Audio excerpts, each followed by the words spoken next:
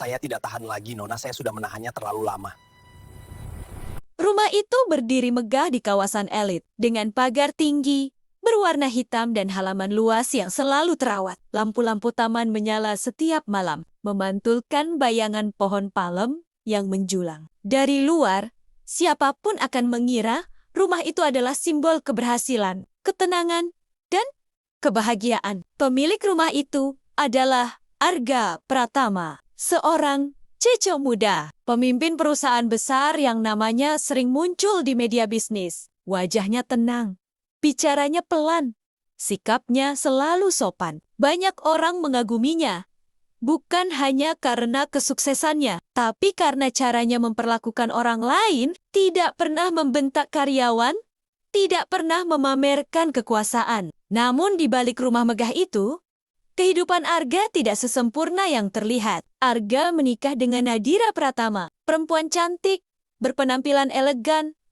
selalu tampil rapi di depan publik. Nadira tahu cara tersenyum di acara sosial, tahu cara berbicara di depan tamu penting, tahu cara menjadi istri CEO yang terlihat sempurna. Tapi di dalam rumah, Nadira adalah sosok yang berbeda. Nada bicaranya sering tinggi, tatapannya tajam. Ia mudah tersinggung, mudah curiga, dan sulit percaya. Hal-hal kecil bisa membuat emosinya meledak tanpa peringatan. Di rumah itu juga bekerja seorang art perempuan bernama Sari. Usianya masih muda, wajahnya polos, bicaranya sedikit. Sari bukan tipe orang yang suka mencuri perhatian. Ia bekerja cepat, rapi, dan lebih sering menunduk daripada menatap mata orang lain. Ada juga seorang sopir pribadi bernama Rizal.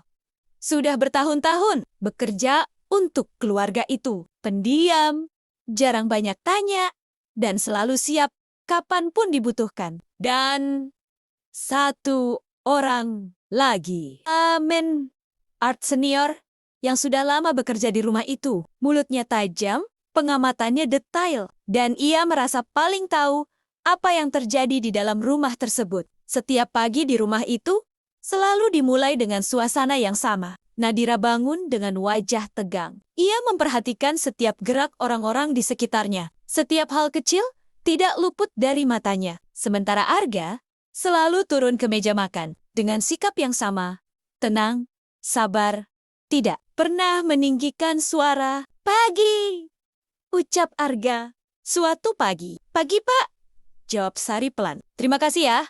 Rumahnya rapi, kata Arga sambil menarik kursi. Kalimat sederhana itu membuat Nadira mengangkat wajahnya perlahan. Tatapannya langsung mengarah ke Sari.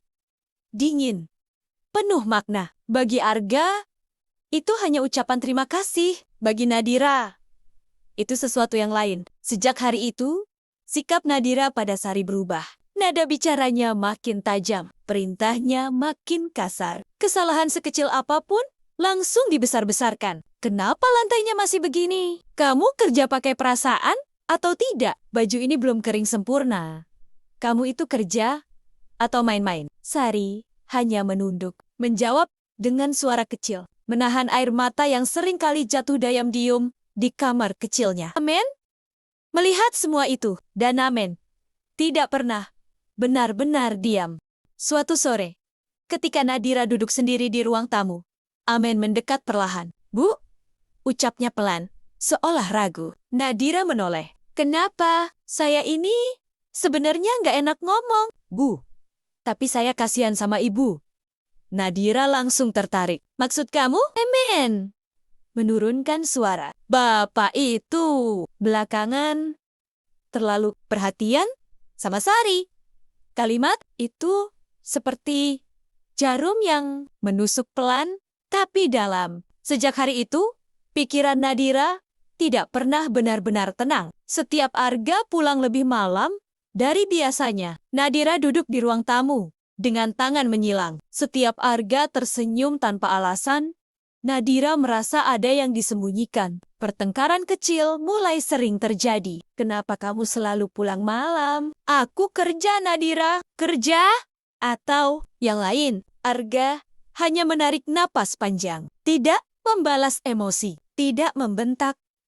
Diam. Dan justru, diam itulah yang membuat Nadira semakin yakin bahwa ada sesuatu yang salah. Malam itu, pertengkaran besar terjadi. Suara Nadira menggema di seluruh rumah. Suara barang terjatuh terdengar keras. Sari dan Rizal hanya bisa saling pandang dari kejauhan. "Kamu pikir aku bodoh?" teriak Nadira. "Kamu pikir aku nggak lihat caramu ke art itu?" Arga berdiri diam. Wajahnya lelah, matanya terlihat kosong. "Aku cuma bersikap manusiawi," jawabnya pelan. Nadira tertawa sinis. "Manusiawi? Atau kamu sudah main di belakang aku?" Sejak malam itu, hubungan mereka semakin dingin. Arga semakin jarang bicara. Nadira semakin sering memantau. Amen semakin rajin memperhatikan. Sari semakin takut. Sementara itu, ada satu hal yang jarang diperhatikan siapapun. Rizal, sang sopir, mulai sering menghilang di malam hari. Alasannya selalu terdengar masuk akal. Mengurus mobil, mengantar barang, mengambil dokumen. Tapi ada malam-malam ketika mobil tetap terparkir rapi di garasi. Namun Rizal tidak terlihat. Sari mulai merasa ada yang aneh. Ia beberapa kali melihat Nadira keluar rumah larut malam dengan alasan menyegarkan pikiran. Ia melihat Rizal menunggu di mobil dengan mesin menyala. Ia melihat tatapan singkat yang tidak seharusnya terjadi antara majikan dan sopir. Sari memendam semuanya. Takut, bingung, tidak tahu harus bicara pada siapa. Sampai suatu malam, Sari tidak sanggup lagi. Tangannya gemetar saat mengetuk pintu ruang kerja Arga. "Masuk!" Suara Arga terdengar dari dalam. Sari berdiri di depan meja kerja itu dengan wajah pucat. "Pak, saya minta maaf."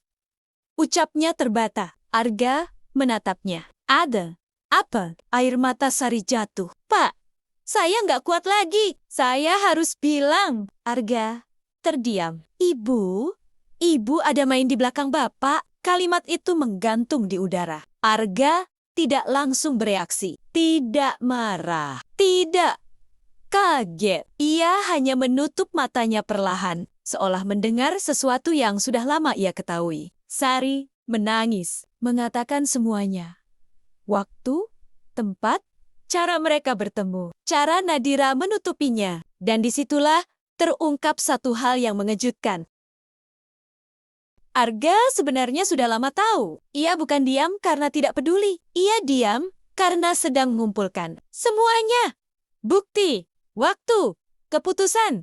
Ia terbiasa menunggu momen yang tepat. Malam itu, Nadira dipanggil ke ruang tamu. Tidak ada teriakan, tidak ada emosi berlebihan. Arga hanya bertanya satu hal. Sejak kapan? Nadira membeku. Dan di detik itu, semua topeng runtuh. Lampu rumah masih menyala terang. Dinding marmer masih berkilau. Tapi tidak ada lagi yang terasa hangat. Arga berdiri menatap jendela besar. Nadira duduk dengan tangan gemetar. Rizal belum tahu apa yang akan menunggunya esok hari. Dan cerita ini berhenti di satu titik sunyi. Tidak ada jawaban. Tidak ada kepastian. Karena kadang orang yang paling tenang adalah orang yang sedang memutuskan cara paling tepat.